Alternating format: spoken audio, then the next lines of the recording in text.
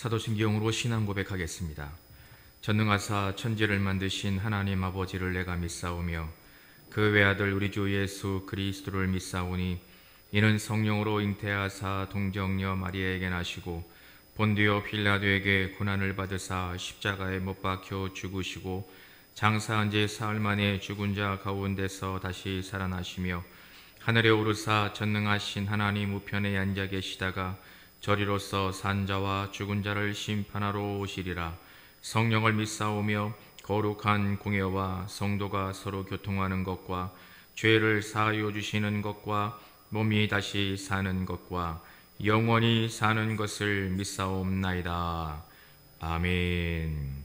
찬송가 150장 찬송을 함께 부르겠습니다.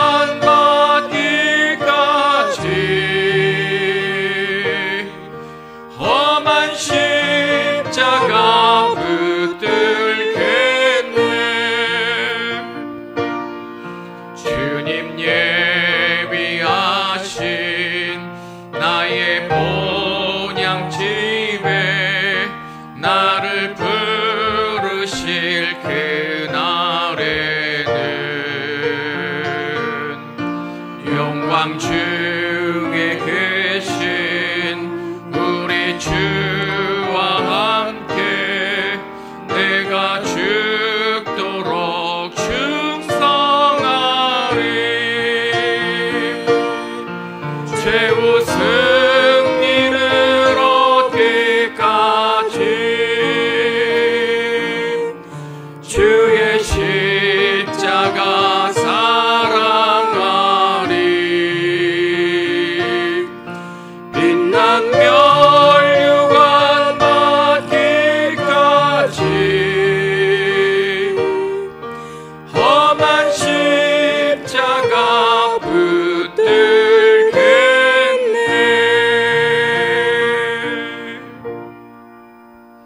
윤진아 전도사님 기도하시겠습니다. 주님의 귀하신 은혜에 감사와 영광을 돌립니다. 어느 누구도 죽기 위하여 이 세상에 태어나는 사람은 없지만 흠과 티가 없으신 왕되신 주님께서는 우리를 위해 죽으시려고 인간의 몸으로 이 땅에 오셨습니다.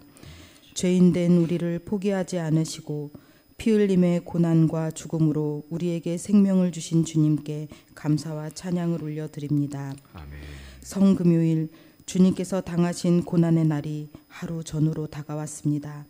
오늘 저녁 주님께서는 최후의 만찬을 나누시고 제자들의 발을 친히 씻기시며 창조주 하나님이 피조물된 인간에게 무릎을 꿇고 섬기신 모습을 친히 보여주셨습니다. 이제 우리가 주님께 받은 그 헌신과 사랑을 가슴에 품고 주님을 본받아 주님께서 우리에게 주시는 잔을 감사함으로 받는 순종의 삶을 살게 도와주시옵소서. 아멘. 우리 교회는 일찍이 주님께서 주신 창조 질서를 회복시키는 교회의 비전을 갖게 하시고 하나님이 보시기에 아름다운 교회를 이루어가게 하심을 감사드립니다. 우리 교회의 모든 성도들이 고난의 현실마저도 주를 향한 믿음으로 충만하게 하시고 아멘. 현실보다 크신 주님을 바라보며 아멘. 승리하게 하여 주시옵소서. 아멘. 주님께서 풍성히 베푸시는 은혜를 주위 사람들에게도 전파함으로 날마다 생명을 살리는 역사가 일어나는 그런 교회가 되게 하여 주시고 아멘. 믿음과 지혜로 다음 세대를 양육하여서 아름다운 믿음의 계승을 이루어가는 교회가 되게 하여 주시옵소서. 아멘. 전염병이 창궐하여 고통 중인 전 지구촌의 아픔을 주님 치유하여 주시고 주여. 나라의 강력역에서 그리스도인들이 선한 영향력으로 나라의 어려움들을 잘 극복해 나가게 하여 주시옵소서. 아멘. 이 시간 주님의 귀한 말씀을 듣습니다. 말씀을 전하시는 목사님 위에 주님께서 능력의 두 팔로 붙잡아 주시옵시고 말씀을 듣는 모든 이들이 은혜로 힘입는 복된 시간이 되게 하시며 주님께서 기쁘시게 홀로 영광 받으시는 시간이 되게 하여 주시옵소서. 아멘. 감사드리며 예수님의 이름으로 기도드렸습니다. 아멘. 아멘.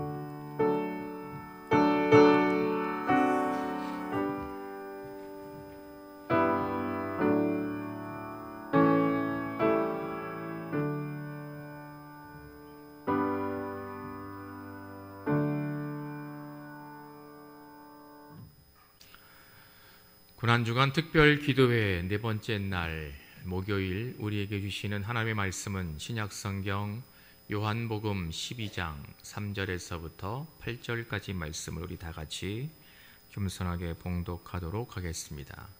신약성경 167쪽에 있는 말씀, 우리 다 같이 하나님의 말씀을 봉독합니다.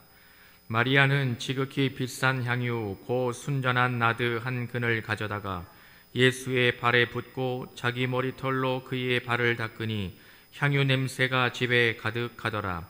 제자 중 하나로서 예수를 잡아줄 가룟 유다가 말하되 이 향유를 어찌하여 300데나리온에 팔아 가난한 자들에게 주지 아니하였느냐 하니 이렇게 말함은 가난한 자들을 생각함이 아니요 그는 도둑이라 돈꾀를 맞고 거기 넣는 것을 훔쳐 가미러라. 예수께서 이르시되 그를 가만두어 나의 장래할 날을 위하여 그것을 간직하게 하라. 가난한 자들은 항상 너희와 함께 있거니와 나는 항상 있지 아니하리라 하시니라. 아멘.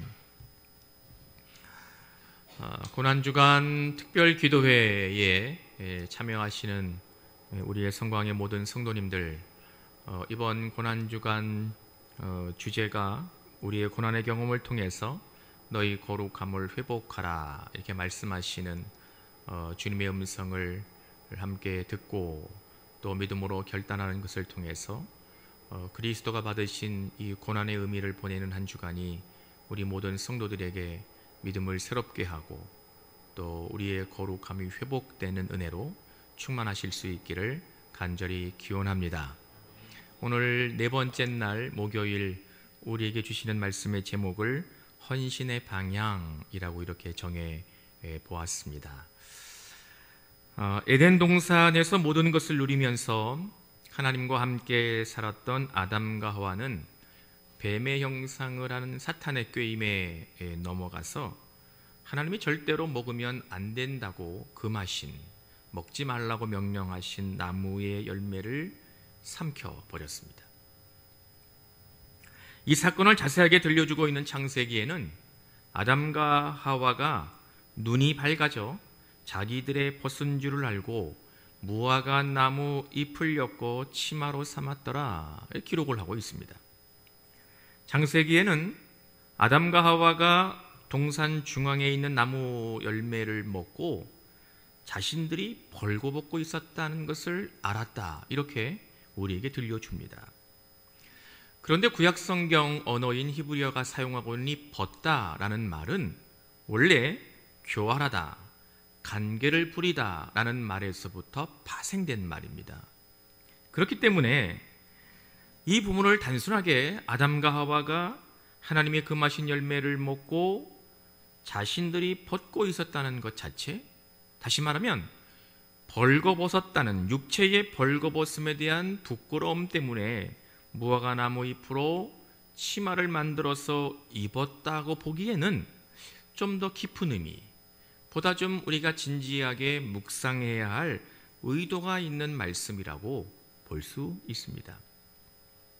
아담과 하와는 하나님의 말씀에 거역한 것에 대한, 하나님께서 먹지 말라고 명령하신 하나님의 명령에 순종하지 못한 자신들의 교활함, 자신들의 욕망을 어떻게든 채워보고자 했던 간계함이 수치스럽고 부끄러웠다는 것을 결국 알게 되었고, 그것을 감추려고 했던 것이 오늘 창세기에서 이 사건이 보여주고 있는 본질적인 하나님의 뜻이 아닌가 생각해 볼 수 있다는 것입니다.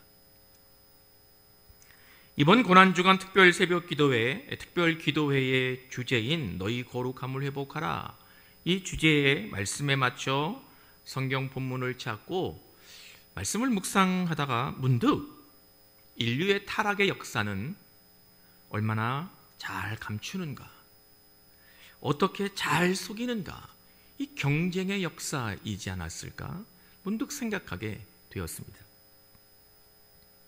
원죄가 내 안에 자리 잡고 있는데 우리는 전혀 죄인이 아닌 것처럼 말하고 행동합니다. 우리의 주된 관심이 욕심과 늘 헛된 것으로 가득 차 있음에도 불구하고 전혀 그렇지 않은 듯 말하고 행동합니다. 그렇게 우리는 잘 포장하면서 살아왔고 인류의 역사가 그것을 바로 증명해 주고 있지 않는가 생각을 하게 된 겁니다. 이렇게 인류의 역사가 그러다 보니까 이제 세상의 모든 질서는 우리를 더 안전하게만 하는 쪽으로, 그 방향으로 흘러갑니다. 우리의 마음을 더욱 편안하게 해주고 우리의 마음이 편하도록 느끼는 쪽으로 발전해 왔다고 볼 수 있습니다. 잘 감춰야지만, 잘 속여야지만 내가 편하다고 느끼는 겁니다. 그래야지만 내가 더 안정적이고 안전하다고 느끼게 된 겁니다. 마치 이것이 자연스러워져 버린 것이죠. 이와 같은 세상에서, 세속 속에서 신앙을 가지고 살고 있는 저와 여러분들, 믿음을 갖고 있는 성도들, 그리스도인들에게 해당하는 아주 적절하고 또 우리에게 도전이 되는 말씀이 오늘 본문에 등장하고 있습니다. 6월절이 가까이 오고 있을 즈음에 예수님은 베다니에 있는 나사로의 집에 잠시 머무셨습니다. 여기에서 마리아라 이름을 가지고 있는 여인이 예수님께 다가와 비싼 향유를 예수님의 발 앞에 붓고, 발에 붓고 자기의 머리카락으로 닦는 사건이 일어났습니다. 그 모습을 지켜보고 있었던 가룟 유다는 마리아를 향하여 그 향유를 팔아 그 돈으로 가난한 사람들에게 나눠주는 것이 훨씬 더 좋았을 것이라고 핀잔을 주고 있습니다. 그 순간 그 모습을 지켜보고 있었고 그 모습을 본문으로 기록하고 있는 사도 요한은 가룟 유다의 마음, 가룟 유다의 생각, 가룟 유다의 속사람이 어떠했는지를, 그 상태를 우리에게 진술하고 있습니다. 6절, 이렇게 말함은 가난한 자들을 생각함이 아니요 그는 도둑이라 돈꾀를 맞고 거기 넣은 것을 훔쳐 가미러라. 사도 요한에 의하면 가룟 유다가 가지고 있었던 속마음은 비싼 향료를 팔면 얻게 되는 이익을 차지하고 싶었다는 것인데, 가룟 유다는 그것을 감추고 가난한 자들에게 쓰는 비용으로 하면 얼마나 좋았겠느냐, 그것이 훨씬 더 좋지 않았겠느냐, 자신의 생각을 속이면서 거짓으로 말을 했다는 것입니다. 지금도 우리 주변을 살펴보면 경제적인 문제에 직면해서 힘들고 어렵게 사는 사람들을 아주 흔하게 찾아볼 수 있습니다. 지금도 그런데 예수님 당시에는 가난으로 인하여 고통당하는 사람들이 얼마나 많이 있었겠습니까? 그러니 5절에, 오늘 본문 5절에 향유의 값어치가 300데나리온쯤이었다 이렇게 말씀하고 있는 것을 보면, 아마도 정확하진 않겠습니다만 300데나리온을 지금의 시세로 이렇게 환산해 보면 대략 한 2천만 원 정도가 좀 넘는답니다. 그 정도 되는 금액, 그 정도 되는 그 돈을 베다니에 얼마나 많이 가난하게 사는 사람들이 많았겠습니까? 아주 극빈곤층 한 20여 명에게 한 100만 원씩 나눠주든지, 아니면 조금 액수를 줄여서 한 50만 원씩 해서 한 40명쯤에 나눠주고 도와주는 것이 훨씬 더 효과적이라고 우리가 생각할 수도 있을 겁니다. 이것이 우리의 정서에 맞습니다. 이것이 우리의 질서에 부합하다고 생각합니다. 이것이 우리 문화에 훨씬 더 친근하게 느껴지는 그런 모습이라고 볼 수 있지 않겠습니까? 우리는 이것을 정상적이라고 생각합니다. 우리는 이것을 질서라고 일반적인 것으로 받아들입니다. 그렇기 때문에 이것이 만약에 틀어지게 되면 우리 마음이 아주 불편합니다. 아니, 왜 그렇게 하는 거야?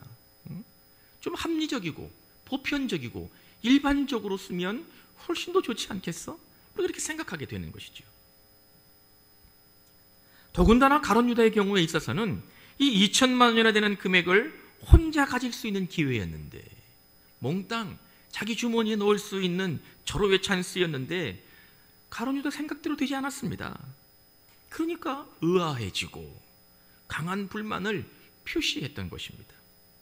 이런 면에서 볼 때 예수님의 발에 향유를 붓고 자기의 머리카락으로 주님의 발을 닦은 마리아의 행동, 그의 결단은 결코 예사롭지 않은 것임에 분명합니다. 저는 사도 요한이 우리에게 들려주고자 하시는 주님의 뜻을 놓쳐서는 안 된다고 생각합니다. 오늘 본문은 그저 우리들에게 예수님의 장례를 준비한 것만으로 읽기에는 좀 더 깊고 소중한 의미를 담고 있기 때문입니다. 그것은 바로 헌신의 방향성이라고 우리가 볼 수 있을 것 같습니다. 주님의 가르침을 사도 요한은 바로 그것을 우리에게 들려주려고 하는 것입니다. 마리아가 보여준 행동은 우리는 그 여인의 결단을 조금 뭐라고 할까요? 확대해서 보는 것처럼 여겨질런지도 모르겠지만 거룩함이 회복된 모습이지 않았을까? 저는 그렇게 충분히 볼 수 있다고 묵상하며 깨닫게 되었습니다. 그 이유는 헌신의 방향이 바로 마리아로부터 시작되었기 때문입니다. 이것은 마치 예수께서 자신의 죽음으로 이제 십자가를 지심으로 인하여 최고의 헌신을 보여주실 것을 마리아가 예비한 것처럼, 마리아가 예견한 것처럼 우리에게 보여주고 있기 때문입니다.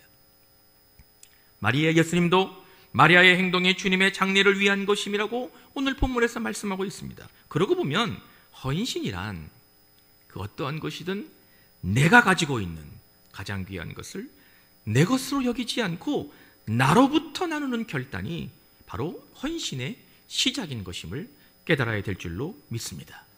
이것이 바로 우리 거룩함이 회복되는 본질이라고 사도 요한은 우리에게 가르치고 들려주고 있음을 깨달아야 될 줄로 믿습니다. 마리아는 자신이 가지고 있었던 향유의 가치를 잘 알고 있었습니다. 3절에 지극히 비싼이라는 말로 향유의 가치를 강조하고 있는 것을 볼 때 아마도 우리가 느끼는 정도의 값어치보다 그 당시에 어떠한 시세, 그 당시에 어떠한 흐름으로 볼 때 훨씬 더 값진 것이었을 겁니다. 그런데 마리아는 그것을 예수님의 발아에 부었습니다. 뿐만 아니라 우리가 놓치지 말아야 되는 하나가 더 있는데, 여인으로 어떻게 보면 이것도 어떻게 보면 좀 편향된 그러한 생각일 수도 있겠습니다만, 여인으로 자신의 아름다움을 가장 잘 드러낼 수 있는 머리카락을 희생해서 예수님의 발을 닦았습니다. 여러분들 생각해 보세요. 그 아름다운 머리카락으로 예수님의 발을, 그 기름을 닦았으니 그 머리카락의 모습이며 그 여인의 외모가 얼마나 흐트러졌겠습니까? 마리아가 이것을 개의치 않았다는 겁니다. 마리아는 자신이 가지고 있는 가장 소중한 것을 예수님께 드리는 결단이 바로 헌신이 지향해야 하는 첫 번째 방법이라는 것, 방향이라는 것을 우리에게 보여주었습니다. 예수님은 이것에 대하여 7절에서 나의 장래할 날을 위하여 라는 말로 기쁘게 받으셨다는 것을 우리에게 알려줍니다. 우리의 헌신이 지향해야 할 방향, 우리의 헌신이 바라보아야 될 원점은 바로 하나님의 기쁨이어야 하며 주님의 영광이 드러나야 하는 것입니다. 할렐루야, 할렐루야, 믿으시길 기원합니다. 그리고 이어서 우리의 헌신이 가져야 할 두 번째 방향이 바로 가난한 자들입니다. 너희 주변에 늘 있을, 주님이 말씀하신 것처럼 우리 주위에 늘 있는 가난한 자들이 두 번째 방향이 되는 겁니다. 우리의 이웃, 어려움에 빠져서 힘들어하는 사람들에 대한 나눔입니다. 많이 가진 자들만이 무언가를 나눌 수 있는 것이 아니라 그렇게 많이 가지지 못했다 할지라도 내가 귀하게 여기는 것, 내가 소중하게 생각하는 것을 내 것으로 받아들이지 않고 나로부터, 내 것으로부터 나눔을 결단할 때 우리의 거룩함이 회복되는 것임을 믿으시기를 바랍니다. 오늘 본문은 우리에게 마리아가 주님의 고난의 의미를 얼마나 정확하게 이해하고 그것을 실천한 사람이었다는 것을 보여줍니다. 가룟 유다와 같이 우리 약한 본질을 거짓으로 포장하지도 말고 자신의 욕심을 교묘하게 속이면서도 그렇지 않은 듯 대부분 사람들이 일반적이라고 이야기하는, 보편적으로 말하는 것 쪽으로 우리를 끌고 가지도 말아야 됩니다. 그러지도 말아야 됩니다. 세상이 만들어 놓은 질서에 좀 어긋나 보이면 좀 어떻습니까? 사람들이 우리를 보면서 좀 이상하다, 의아하게 여기면 좀 어떻습니까? 그저 내 안에 하나님이 주신 마음, 거룩함의 본질이 회복된 우리의 하나님의 형상을 가지고 귀한 것으로 하나님의 영광을 드러내고 어려운 이들에게 작은 기쁨이라도 나누어 줄 수 있는 것이야말로 얼마나 아름다운 믿음의 모습입니까? 할렐루야, 할렐루야. 고난주간 예수님의 고난을 묵상하면서 우리는 예수께서 걸으셨던 헌신의 삶을 마리아가 먼저 예견해서 보여준 것처럼은 할 수 없다 하더라도 우리도 기꺼이 헌신을 결단할 수 있기를 기원합니다.